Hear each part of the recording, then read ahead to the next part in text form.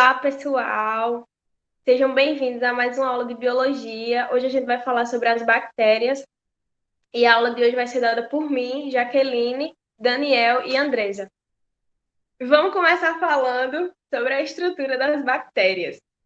Então, para começar, as bactérias são seres procariontes, ou seja, que não possuem organelas membranosas, que são retículo endoplasmático, complexo de Golgi, que a gente vai ver presente nas células eucariontes, tá? Que tem organelas ali mais específicas. Nas células procariontes a gente não vai ver, porém, se a gente comparar ela com os vírus, a gente vai ver que já são bem mais, são bem mais evoluídas, são mais independentes. Como, por exemplo, elas possuem os ribossomos, que nos vírus a gente não vê, tá? Os ribossomos que são responsáveis pela síntese de proteínas, produção de proteínas, e além do mais, elas também conseguem se reproduzir sozinhas, que já é um diferencial dos vírus. E já são consideradas com certeza seres vivos. Lá nos vírus a gente vê que ainda existe um debate relacionado a isso. Sobre a classificação, a gente pode classificar as bactérias de diversas formas, como por características macroscópicas e microscópicas, ou seja, analisando em microscópio a gente pode ver diferença no tamanho, no formato, de acordo com a coloração, tá? Além disso, a questão do formato e da aglomeração que a gente vai ver no próximo slide é muito importante nessa questão de classificação. Elas também podem ser classificadas por conseguirem crescer, se desenvolver em um meio com e sem oxigênio, a presença de oxigênio. Bom, aí mostrando sobre a classificação em relação às formas, a gente vai ver que nesse formato arredondado a gente chama de cocos, esse mais retinho, bacilos. O terceiro modelo parece uma junção dos dois primeiros, que são os cocos bacilos, vibrião, espirilo e espiroqueta. Agora a gente vai ver a classificação de acordo com o arranjo, com a aglomeração dessas bactérias, tá? Vamos focar mais nos cocos e nos bacilos, que são os mais comuns. No caso, quando aparecem dois, são classificados de diplococos, no caso dos cocos, e no caso dos bacilos, diplobacilos. Quando aparece quatro em conjuntos, é classificado como tétrade. 8, sarcina. Nesse conjunto que parece um cacho de uva, é classificado como Staphylococcus. E nesses dois últimos que parecem um colar, no caso dos cocos, Streptococcus e dos bacilos, Streptobacillus. E agora vamos falar um pouquinho mais sobre a estrutura, a organização dentro da célula procarionte, né? A gente vai notar logo de início que não tem um núcleo bem definido, bem delimitado. O material genético ele fica super condensado no centro da célula, porém ele fica solto, ele não fica dentro de um núcleo. A gente vai ver também os ribossomos que estão aí em volta do material genético condensado e os plasmídios, que são muito importantes.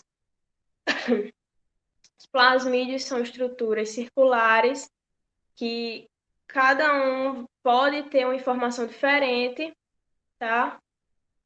Não tem um número exato dentro da célula, e como, por exemplo, a questão da resistência que a bactéria cria em relação a antibióticos. Essas informações estão guardadas nos plasmídios e pode ser passada de uma célula para outra. Além disso, a célula também tem a membrana plasmática, a parede celular, tá? A membrana plasmática, a parte mais interna, a parede celular e, em alguns casos, a cápsula, que também é muito importante nessa questão da defesa da bactéria, tá? E na parte externa, a gente vai ver, não é a presença obrigatória, mas a bactéria pode ter o flagelo, as fímbrias, e também uma estrutura que não está aparecendo nesse desenho, mas que é bem parecido com as fímbrias, que é a pile, tá? Todas essas estruturas externas não são obrigatórias, porém têm papéis essenciais. O flagelo na locomoção funciona como um motor. As fímbrias mais relacionadas à adesão da bactéria em algum local. E o pile que não está classificado aí, mas ele está diretamente ligado na troca de material genético de uma célula para outra. Inclusive, essa questão dos plasmídios, tá? Geralmente o pile está presente nas células gram-negativas. A transmissão dessas informações e dos plasmídios de uma célula para outra, que pode transmitir, inclusive aquela questão dos antibióticos, é feita através dessa estrutura. Então, pessoal, vamos falar do metabolismo das bactérias. Para elas terem um metabolismo, elas precisam captar nutrientes de um meio que vivem. E essa forma podem ser de duas formas. A primeira é a forma autotrófica, onde as bactérias autotróficas vão produzir o seu próprio alimento. E a outra forma são as bactérias heterotróficas, onde elas vão utilizar nutrientes que estão no seu meio, onde vivem. Outro fator importante é a relação com o oxigênio. Existem três grupos. O primeiro é o grupo das bactérias aeróbicas, que são bactérias que utilizam o oxigênio como fonte de produção de energia. As bactérias anaeróbicas, que utilizam gás carbono como fonte de energia. E as bactérias anaeróbicas facultativas, bactérias que utilizam o oxigênio e o gás carbono, dependendo do que tiver mais abundante no meio. Com relação às bactérias autotróficas, elas podem ser divididas em dois grupos. As fototróficas sintetizam matéria orgânica utilizando energia luminosa. Como exemplo, nós temos as cianobactérias, essa imagem à esquerda do seu lado inferior, ou seja, elas vão pegar a energia luminosa e transformar em energia. E as quimio-autotróficas sintetizam matéria orgânica utilizando compostos inorgânicos. Um exemplo é a bactéria Ribosium, que ela pega amônio e converte em nitrato ou nitrito. Nós também temos as bactérias heterotróficas, né, também, e são divididas em três grupos. A primeira, as saprofágicas, obtêm alimento de matéria em decomposição, ou seja, matéria orgânica, materiais orgânicos que estiverem em decomposição, elas vão ajudar a decompor. Um exemplo é os bacilos. As parasitas, que elas vão ter o seu alimento através de um hospedeiro, causando doenças. Um exemplo é a Streptococcus, que ela, no ser humano, causa a pneumonia. E as mutualistas, que estabelecem relações mutualísticas. Um exemplo são bactérias que vivem no trato digestivo dos ruminantes e quebram a celulose. E quando ela quebra, serve tanto de alimento para as bactérias como também para os animais. Então, pessoal, dando continuidade ao conteúdo de bactérias, entramos agora no tópico de reprodução. As bactérias elas podem se reproduzir por dois tipos, tanto a reprodução assexuada quanto a reprodução sexuada. Aqui vamos tratar da assexuada, né? Vamos lembrar do conceito que é aquela reprodução onde não ocorre a troca de material genético.